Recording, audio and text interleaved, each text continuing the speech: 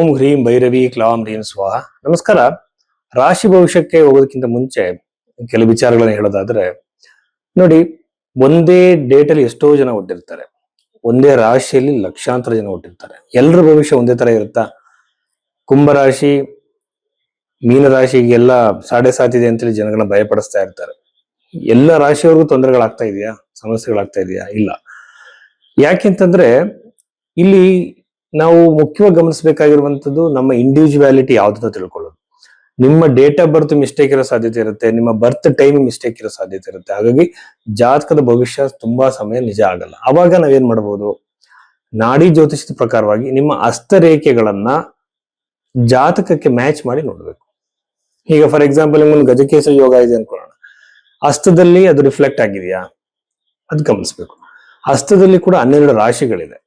12 ರಾಶಿಗಳನ್ನು ಹೇಗೆ ಅನ್ವಯ ಮಾಡಬೇಕು, ಗ್ರಹಗಳನ್ನ ಯಾವ ರೀತಿ ನಾವು ನೋಡಬೇಕು ಅನ್ನೋದೆಲ್ಲ ಕೂಡ ಶಾಸ್ತ್ರಗಳಲ್ಲಿ ಇದೆ. ಎರಡನ್ನು ಕಂಪೇರ್ ಮಾಡಿ ಭವಿಷ್ಯವನ್ನ ಬಹಳ ನಿಖರವಾಗಿ ಹೇಳ್ಬೋದು. ಈ ಬಗೆಯಲ್ಲಿ ಜಾತಕವನ್ನ ನೋಡಿದ್ರೆ ನಿಮ್ಮ ಭವಿಷ್ಯವನ್ನ ಬಹಳ ಅಕ್ಯುರೇಟ್ ಆಗಿ ಹೇಳ್ಬೋದು. ಹಿಂದೆ ನಡೆದಿರೋ ಘಟನೆಗಳನ್ನು ಹೇಳ್ಬೋದು, ಮುಂದೆ ನಡೆಯೋ ಘಟನೆಗಳನ್ನು ಬಹಳ ಈಸಿಯಾಗಿ ಹೇಳ್ಬೋದು. ಹಾಗಾಗಿ ಯಾವುದೇ ಕಾರಣಕ್ಕೂ ಕೂಡ ಎರಡನ್ನು ಕಂಪೇರ್ ಮಾಡೋದು ಬಹಳ ಮುಖ್ಯ ಆಗುತ್ತೆ. ಸೊ ಈ ಬಗೆಯಲ್ಲಿ ನಿಮ್ಮ ಜಾತಕ ನೋಡ್ಬೇಕು ಅಂದ್ರೆ ನೀವು ಭೈರವಿ ಆಸ್ಟ್ರೋಗೆ ಸಂಪರ್ಕಿಸಿ ನಿಮ್ಮ ಜಾತಕದ ವಿಶ್ಲೇಷಣೆ ಮಾಡ್ಕೋಬಹುದು. ಸಿಂಹ ರಾಶಿ 2026 ಮೇ ತಿಂಗಳಲ್ಲಿ ಸಿಂಹ ರಾಶಿಯವರಿಗೆ ಏನೆಲ್ಲ ಪಾಸಿಟಿವ್ ನೆಗೆಟಿವ್ ಇದೆ ಅಂತ ನೋಡೋಣ.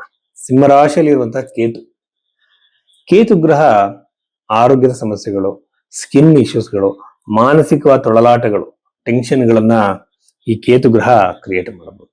ಮನಸ್ಸನ್ನ ಪ್ರಶಾಂತವಾಗಿ ಇಟ್ಕೊಳ್ಳಿ. ಯೋಗಾಸನ, ಪ್ರಾಣಾಯಾಮ ಇದನ್ನೆಲ್ಲ ಅಭ್ಯಾಸವನ್ನು ಮಾಡಿ. ಸಪ್ತಮದಲ್ಲಿರುವಂತಹ ರಾಹು ನಿಮ್ಮ ವೈವಾಹಿಕ ಜೀವನದಲ್ಲಿ ಗಂಡ ಹೆಂಡತಿ ಮಧ್ಯೆ ಕಿರಿಕಿರಿ, ವಿರಸಗಳು ಸ್ಟಾರ್ಟ್ ಆಗ್ಬೋದು. ಬಹಳ ಚೆನ್ನಾಗಿದ್ದಂಥವ್ರು ಸೆಪರೇಷನ್ ಆಗ್ಬೋದು, ಬಹಳ ಚೆನ್ನಾಗಿದ್ದಂಥವ್ರು ನಿಮ್ಮನ್ನ ಬಿಟ್ಟು ಹೋಗ್ಬೋದು. ಇವೆಲ್ಲ ಸಮಸ್ಯೆಗಳಿರುತ್ತೆ. ಬಟ್ ಎಲ್ಲರಿಗೂ ಆಗತ್ತೆ ಅಂತಲ್ಲ, ಇದೊಂದು ಜನರಲ್ ಪ್ರೆಡಿಕ್ಷನ್.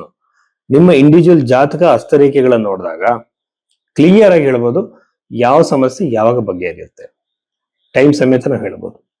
ಸೊ ಅಷ್ಟಮದಲ್ಲಿರುವಂತಹ ಶನಿ ಮತ್ತು ಕುಜನಿಂದ ಕೂಡ ವಿವಾಹದಲ್ಲಿ ಪ್ರಾಬ್ಲಮ್ಗಳು ಆಗುತ್ತೆ. ಆಮೇಲೆ 11ನೇ ಮನೆಯಲ್ಲಿರುವಂತಹ ಗುರುಗ್ರಹ, ನಿಮಗೆ ಯಾರಾದ್ರೂ ನಿಮಗಿಂತ ದೊಡ್ಡವರು ಅಣ್ಣಂದ್ರು ಅಕ್ಕಂದ್ರು ಇದ್ರೆ ಅವರ ಅಭಿವೃದ್ಧಿಯನ್ನು ನೀವು ನೋಡ್ಬೋದು. ಅವ್ರಿಗೆ ಜಾಬ್ ಇರಲ್ಲ, ಅವ್ರಿಗೆ ಮದುವೆ ಆಗಿರಲ್ಲ, ಏನೋ ಕಷ್ಟ ಇರುತ್ತೆ, ಅವ್ರಿಗೆ ಸಿಗುವಂತ ಸಾಧ್ಯತೆ ಇರುತ್ತೆ. ನಂತರದಲ್ಲಿ ಪ್ರಾಪರ್ಟಿ ಖರೀದಿ ಆಗುತ್ತೆ. ಯೂಶುವಲ್ ಆಗಿ ವೆಹಿಕಲ್ಸ್, ಲಕ್ಸುರೀಸ್ಗಳು ಕ್ರಿಯೇಟ್ ಆಗುವಂತ ಸಾಧ್ಯತೆ ಇರುತ್ತೆ. ಆಮೇಲೆ ಶುಕ್ರನಿಂದ ಕೃಷಿ ಭೂಮಿ, ತೋಟಗಳ ರೀತಿಯ ವಸ್ತುಗಳು ನಿಮಗೆ ಸಿಗ್ಬೋದು. ಕೆಲವರಿಗೆ ಪಿತ್ರಾರ್ಜಿತವಾಗಿ ಬಂದಂತಹ ಸ್ವತ್ತಿನ ಮೇಲೆ ಕಿರಿಕಿರಿಗಳಾಗಿ ಕೋರ್ಟಿನಲ್ಲಿ ಏನೇನೋ ನಡೀತಾ ಇರುತ್ತೆ. ಇದು ಕೂಡ ಸಾಲ್ವ್ ಆಗುವಂತಹ ಸಾಧ್ಯತೆ ಈ ಒಂದು ಸಿಂಹ ರಾಶಿಯಲ್ಲಿ ಹುಟ್ಟಿದಂತವ್ರಿಗೆ ಇದೆ. ಅನಂತರದಲ್ಲಿ ದಶಮದಲ್ಲಿ ಶುಕ್ರ ಇರೋದ್ರಿಂದ ಮಾಳವ್ಯ ಯೋಗ ಕಾರಕ. ಆದ್ರೆ ಮಾಳವ್ಯ ಯೋಗ ಟ್ರಾನ್ಸಿಟ್ ಅಲ್ಲಿ ಸಿಗೋದಿಲ್ಲ. ಅಂದ್ರೆ ಜನ್ಮ ಜಾತಕದಲ್ಲಿ ಶುಕ್ರ ಗ್ರಹ ಸ್ವಂತ ರಾಶಿಯಲ್ಲಿ ಇದ್ದು ಕೇಂದ್ರ ಅಥವಾ ತ್ರಿಕೋಣದಲ್ಲಿದ್ರೆ ಮಾತ್ರ ಪಂಚಮಹಾಪುರುಷ ಅಟ್ರಾಕ್ಟ್ ಆಗುತ್ತೆ. ಆ ನೋಡಿದಾಗ ಶುಕ್ರ ಗ್ರಹ ನಿಮಗೆ ಕರಿಯರ್ ಅಲ್ಲಿ ಒಂದು ರೈಸ್ ನ ಕೊಡಬಹುದು. ಸಡನ್ ಪ್ರೋಗ್ರೆಸ್, ಸಡನ್ ಸಕ್ಸಸ್, ಉತ್ತಮವಾಗಿರುವಂತಹ ಬೆಳವಣಿಗೆಯನ್ನು ನೀವು ನೋಡ್ತೀರಾ. ಆಮೇಲೆ ಆರೋಗ್ಯದಲ್ಲಿ ಸುಧಾರಣೆ ಇದೆ. ಉದ್ಯೋಗದಲ್ಲಿ ಉತ್ತಮವಾಗಿರುವಂತಹ ಪ್ರಗತಿ, ನೀವು ಎಕ್ಸ್ಪೆಕ್ಟೇ ಮಾಡಿರಲ್ಲ ಅಂತ ಕಡೆ ನಿಮಗೆ ಜಾಬ್ ಸಿಗ್ಬೋದು.